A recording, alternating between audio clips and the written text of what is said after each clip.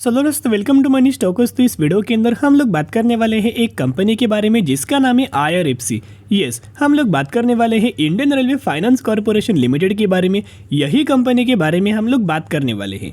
अब इस कंपनी से रिगार्डिंग बहुत सारे हमें डाउट्स नज़र आ रहे और कई डाउट्स हमें असली डाउट्स है, कई डाउट्स पॉजिटिविटी के अंदर डाउट्स है एंड कई डाउट्स अगर आप देखोगे एक रूमर्स के द्वारा एक गलत न्यूज़ हमें मार्केट के अंदर स्प्रेड हो रहा है और कहीं ना कहीं वही लोग उस कंपनी के अंदर लगातार हमें बाइंग कर रहे एक न्यूज़ को लेके।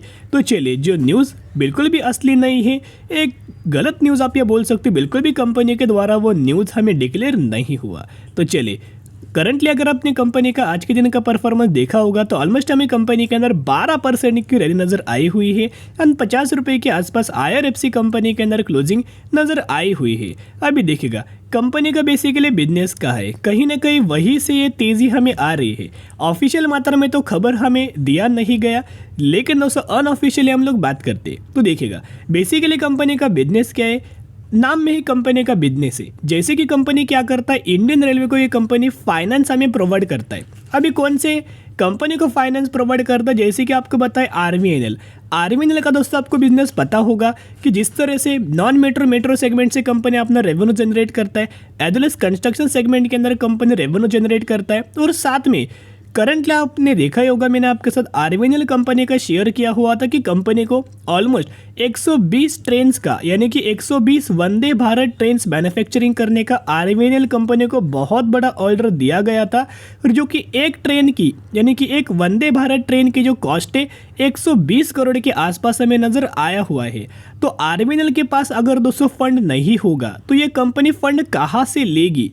ये फंड दोस्तों कंपनी लेगा Indian railway finance corporation limited से, यानी कि IRFC आरवीएनएल कंपनी को फंड देगा, जिसके फ़ायदा आरवीएनएल कंपनी को भी होगा और जिसका फ़ायदा जो लोन देने वाली कंपनी है IRFC, इस कंपनी को भी बेनिफिट नज़र आ जाएगा। तो कहीं ना कहीं ये इंटरलिंक्ड हो सकता है और इसी की वजह से IRFC कंपनी के अंदर हमें रैली नज़र आ सकती है। पिछले एक महीने का अगर आप ये परफॉर्मेंस देखोगे तो इस कंपनी के द्वारा 53% की रैली हमें नज़र आ चुका है, यानी कि जो IRFC कंपनी पहले बिल्कुल भी ट्रेड नहीं करता था, बिल्कुल भी कंपनी के अंदर तेज़ी नहीं आता था, उस कंपनी के अंदर पिछले एक महीने में 53% तक की रैली दे चुका है। चलिए, अभी हम बात करेंगे सेकंड अपडेट्स के द्वारा। इस अपडेट्स के द्वारा ज़रूर हमें IRFC कंपनी के अंदर हमें रैली नज़र आ रही है। तो देखिएगा अपडेट्स क्या है, अभी हम आ चुके NSE के ऑफिशियल वेबसाइट के ऊपर। आपको पता होगा सभी कंपनीज का Q1 का रिजल्ट हर एक दिन नज़र आ रहा है।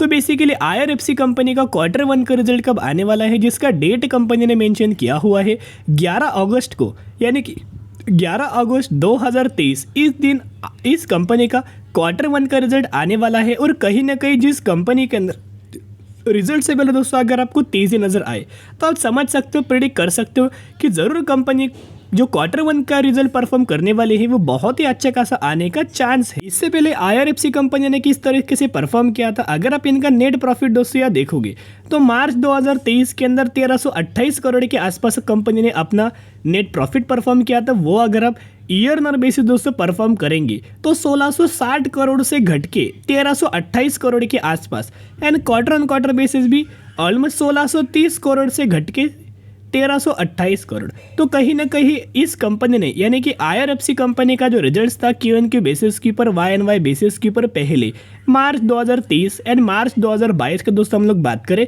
जो कि कंपनी का बिल्कुल भी अच्छा परफॉर्मेंस नहीं नजर आ रहा था। लेकिन अभी जिस तरीके से IRFC कंपनी के अंदर हमें तेजी आ रही है उसके ऊपर हम समझ सकते हो, प्रिडिक्ट कर सके कंपनी का जो Q1 का रिजल्ट है बहुत ही अच्छा ऐसा आ सकता है।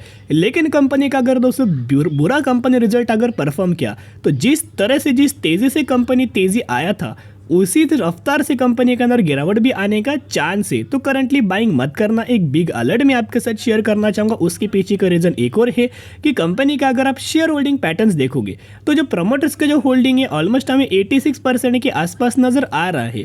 तो कहीं ना कहीं आपको पता ही होगा कि जो भी कंपनी मार्केट के अंदर लिस्टेड होता है, सेबी के कुछ रूल्स होते हैं। सेबी का रूल्स ऐसा है कि जब भी कंपनी मार्केट के अंदर लिस्ट होगा कंपनी को 3 साल दिए जाते हैं, 3 सालों के अंदर प्रमोटर्स का जो होल्डिंग होना चाहिए 75% से नीचे हमें होना चाहिए। और IRFC इस कंपनी का जो प्रमोटर्स का जो होल्डिंग है 86% के आसपास नज़र आ रहा है। तो कहीं ना कहीं गवर्नमेंट अपना स्टेक रिड्यूस कर सकता है। अपना स्टेक अगर गवर्नमेंट रिड्यूस करेगा तो कंपनी को OFS लाना पड़ेगा। और OFS क्या होता है? Offer for sale. तो जब भी OFS लाया जाता है डिस्काउंटेड प्राइस के अंदर लाया जाता है। फॉर एग्जांपल करंटली IRFC 50 रुपये के आसपास अगर ट्रेड कर रही है तो OFS लाया जाएगा 40 रुपये के आसपास।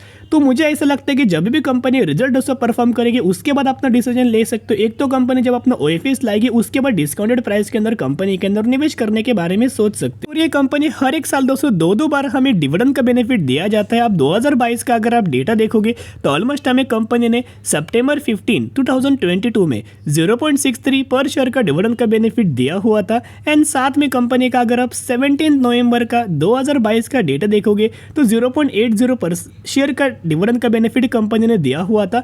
यानी कि साल में कंपनी ने 2 बार दोस्तों डिविडेंड का बेनिफिट दिया हुआ था।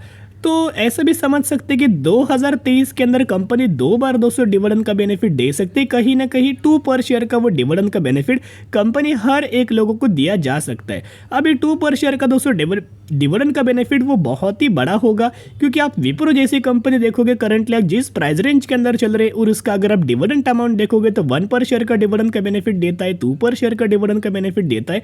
और ये कंपनी 50 रुपये के आसपास चल रहा है। और ये कंपनी आपको 2 पर शेयर का दोस्तों अगर डिविडेंड देता है तो बहुत ही बड़ी बात है, बहुत ही अच्छी खासी बात नजर आ रही है। तो कहीं ना कहीं आपको इसी साल 2 बार कंपनी डिविडेंड का बेनिफिट दे सकते हैं, तो बहुत बड़ी बात है। अभी एक और दोस्तों खबर के ऊपर अभी हम लोग बात करेंगे कि मार्केट के अंदर इस तरीके से न्यूज़ हमें स्प्रेड हो रही है।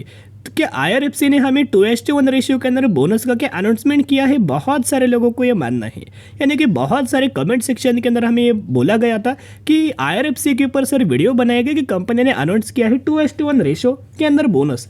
तो जिसके हिसाब से कि ये सच बात है।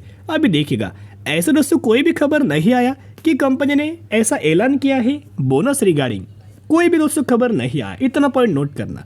जो भी रूमर्स के द्वारा मार्केट के अंदर दोस्तों न्यूज़ जो स्प्रेड हो रहा है वो अच्छा न्यूज़ नहीं है, वो नेगेटिव न्यूज़ है।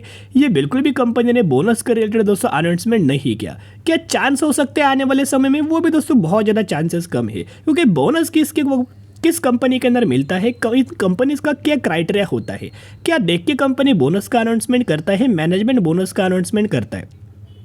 सब कुछ होता है कंपनी के प्राइस के ऊपर, क्योंकि कंपनी को जब वॉल्यूम्स का प्रॉब्लम होता है, जब कंपनी को लिक्विडिटी का प्रॉब्लम होता है, तभी वो कंपनी के मैनेजमेंट बोनस का दोस्तों घोषणा करता है। क्या आपको लगता है कि IRFC कंपनी के अंदर इस कंपनी को वॉल्यूम्स का प्रॉब्लम नज़र आ रहा है? क्योंकि पहले से कंपनी का प्राइस रेंज बहुत ही ज़्यादा छोटा है। तो जब भी कंपनी को वॉल्यूम्स के अंदर प्रॉब्लम आएगा, लिक्विडिटी के अंदर प्रॉब्लम आएगा, उसके बाद आपको दोस्तों बोनस का घोषणा किया जाएगा। तो दोस्तों मैं एक ही बात आपके साथ शेयर करना चाहूँगा, जल्दबाजी करके तेज़ी के पीछे इस कंपनी को भागना मत, या फिर तेज़ी के पीछे पकड़ना मत। 100% आप लोग ट्रैप हो जाएंगे। सबसे पहले कंपनी का Q1 का रिजल्ट देखना है और उसके बाद अपना दोस्तों डिसीजन ले सकते हो। तो अगर आपको इस तरीके से दोस्तों वीडियो अगर आपको पसंद आते होंगे तो ज़रूर वीडियो को लाइक एंड चैनल को सब्सक्राइब कर सकते हो। फिर मिलेंगे, बाय।